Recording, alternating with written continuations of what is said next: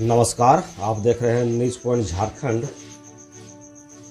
पूरे झारखंड में सहायक अध्यापकों में आकलन परीक्षा को लेकर काफ़ी ऊहापोह की स्थिति बनी हुई है। सर्टिफिकेट जांच कराने के नाम पर लगभग सभी सहायक अध्यापकों का परीक्षा का फॉर्म जो भरा जा रहा है वह खुल नहीं रहा है। सहायक अध्यापकों ने आरोप लगाया है कि झारखंड सरकार हम लोगों को आकलन परीक्षा से वंचित रखना चाह रही है। हम लोगों ने कई बार सर्टिफिकेट जांच कराने के नाम पर बैंक ड्राफ्ट बनाकर दिए हैं, लेकिन अभी तक बैंक ड्राफ्ट परियोजना कार्यालय को पहुंचा है या नहीं, इसकी जानकारी विभाग स्पष्ट रूप से नहीं दे पा रही है। झारखंड शिक्षा परियोजना से संपर्क करने पर पता चला कि जिनका सर्टिफिकेट जांच हुआ है उन्हीं का फॉर्म भरने का लिंक फिलहाल खुल रहा है। सर्टिफिकेट जांच कराने के नाम पर सहायक अध्यापकों का 3 माह से पेमेंट भी रोक दिया गया है, जिससे सहायक अध्यापक के बीच भुखमरी की स्थिति उत्पन्न हो गई है।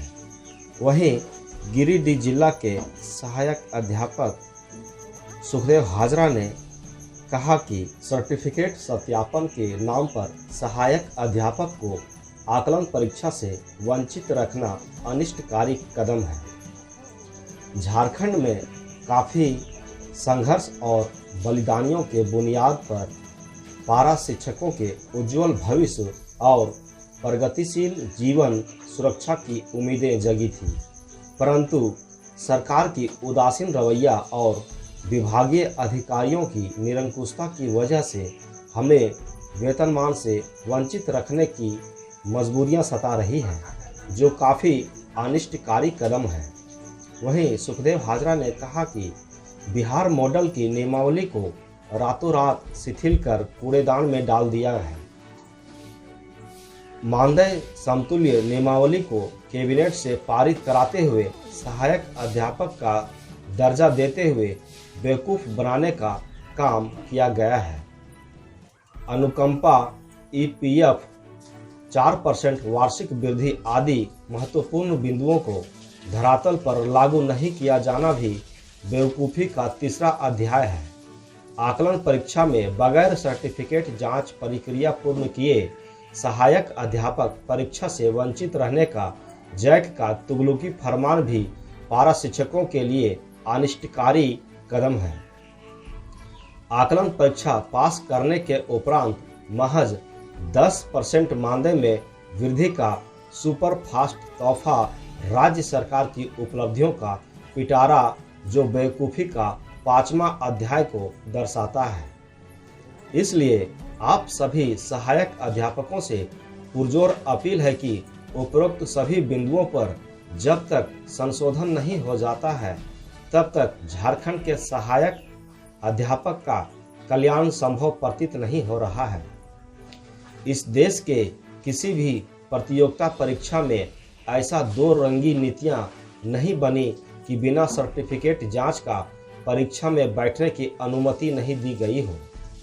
अपने किए वादे के अनुरूप केवल सरकार अपना पिंड छुड़ाने के उद्देश्य से आकलन परीक्षा का नोटिफिकेशन जारी कर दिया है, जिसमें 18,000 सहायक अध्यापक ही आकलन परीक्षा में शामिल होंगे।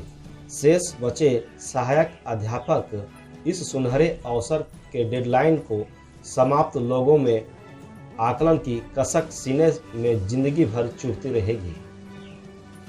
अगर इन तमाम बिंदुओं पर संशोधन करते हुए सभी सहायक अध्यापकों को आकलन परीक्षा में बैठने की अनुमति नहीं दी जाती है, तो एक बार फिर पुराने अंदाज में झारखंड के कुरुक्षेत्र के धधकती सरजमीन में सहायक अध्यापकों का भड़कता हुआ आक्रोशपूर्ण प्रदर्शन से 15 नवंबर 2022 को पार्ट 2 को दोहराते हुए वेतनमान प्राप्त करने के लिए सैकड़ों कुर्बानियों को झारखंड की क्रांतिकारी धरती को समर्पित किया जाएगा। आकलन परीक्षा का पैटर्न भी त्रुटिपूर्ण है। कैबिनेट में आकलन परीक्षा के लिए 100 अंक और 35-40 पास मार्क्स रखा गया था, जबकि वर्तमान प्रारूप में 1 to 5 के लिए 200 अंकों का तथा 6 to 8 के लिए 250 अंकों का परीक्षा देनी होगी। साथ ही 500 और 750 का परीक्षा शुल्क तय किया गया है, जो बिल्कुल त्रुटिपूर्ण है। परीक्षा शुल्क 100 रुपया होना चाहिए, जैसा नियमावली में कहा गया था। आकलन का आवेदन भी नहीं हो पा रहा है, जबकि जैक से 7 अक्टूबर तक ही आवेदन पत्र जमा करने की तिथि घोषित की गई है और इधर 1 अक्टूबर से 7 अक्टूबर तक दुर्गा पूजा की छुट्टी भी है, बैंक भी बंद है। कैसे फॉर्म भरा जाएगा?